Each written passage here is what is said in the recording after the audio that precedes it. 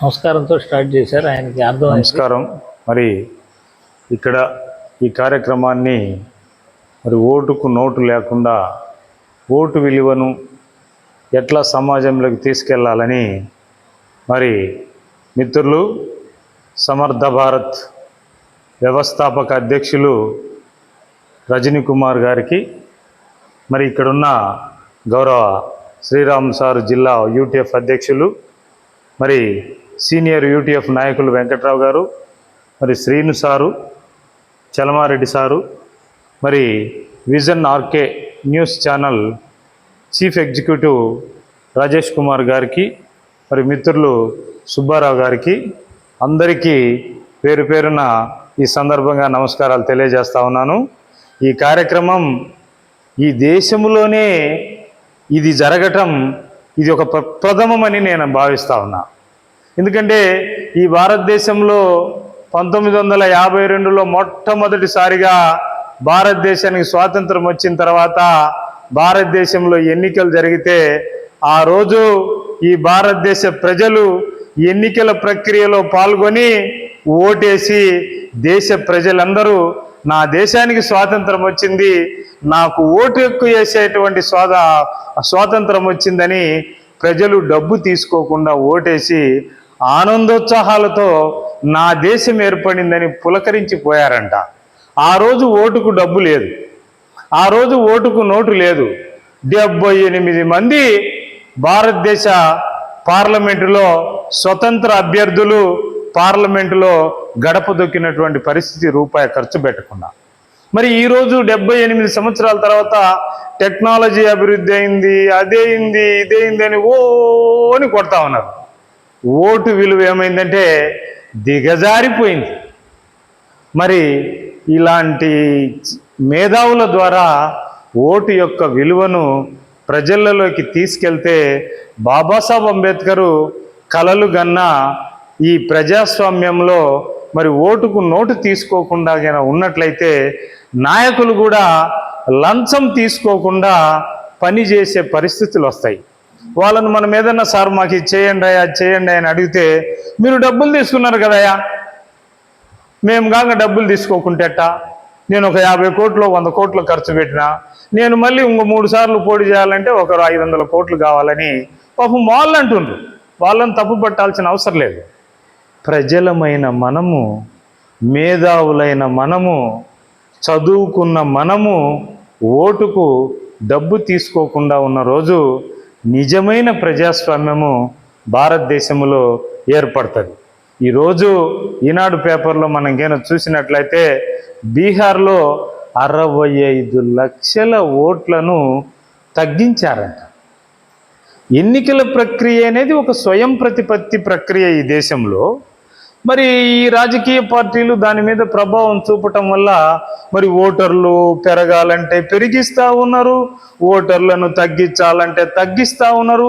మరి ఇదేమి న్యాయమో, ఇదేమి రాజకీయమో, మరి ఇది ఈ కుల పార్టీలు, పాతకపోయిన పార్టీలు ఎన్ని సంవత్సరాలు ఇట చేస్తాయో, మరి వాళ్ళు చచ్చిపోరా మళ్ళీ పుట్టరా అనేది నాకు పెద్ద డౌటు.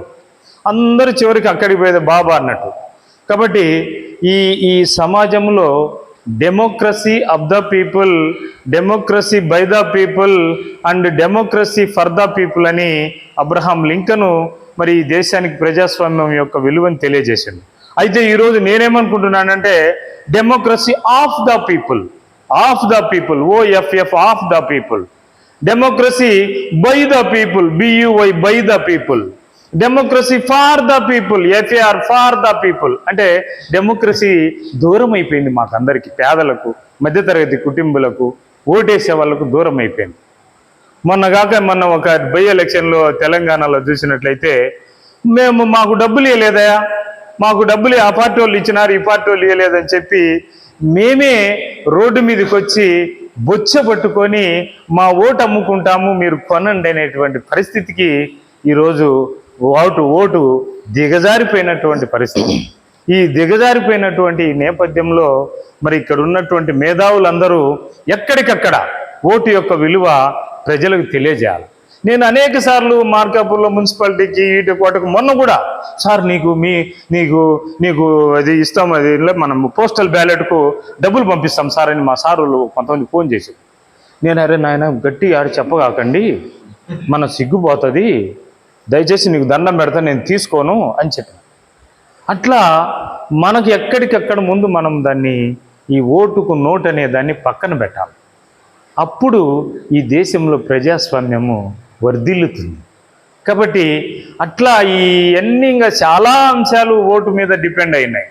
కాబట్టి ఎలక్షన్ కమిషన్ కూడా ఒక నిర్దిష్టమైనటువంటి లక్ష్యాలు పెట్టుకొని రాజకీయ పార్టీలకు లొంగకుండా, ఒత్తిడికి లోను కాకుండా, ఏ విధంగా మరి ఎక్కడ ప్రలోభాలకు కానీ ఏమీ ఇబ్బంది లేకుండా ఎన్నికల ప్రక్రియను ఎలక్షన్ కమిషను సుప్రీంకోర్టు న్యాయమూర్తితో సమానమైనటువంటి విలువ కలిగిన ఎలక్షన్ కమిషన్లు భారతదేశంలో 3 ఉన్నారు. వీళ్ళు ఈ దేశంలో ఎన్నికల ప్రక్రియలో సమూలమైనటువంటి మార్పులు తీసుకొచ్చి మరి చేసినట్లయితే ఈ దేశంలో ప్రజాస్వామ్యము మళ్ళీ కొత్తగా పరిణమిల్లుతుందని ఈ సందర్భంగా నేను తెలియజేస్తా ఉన్నాను.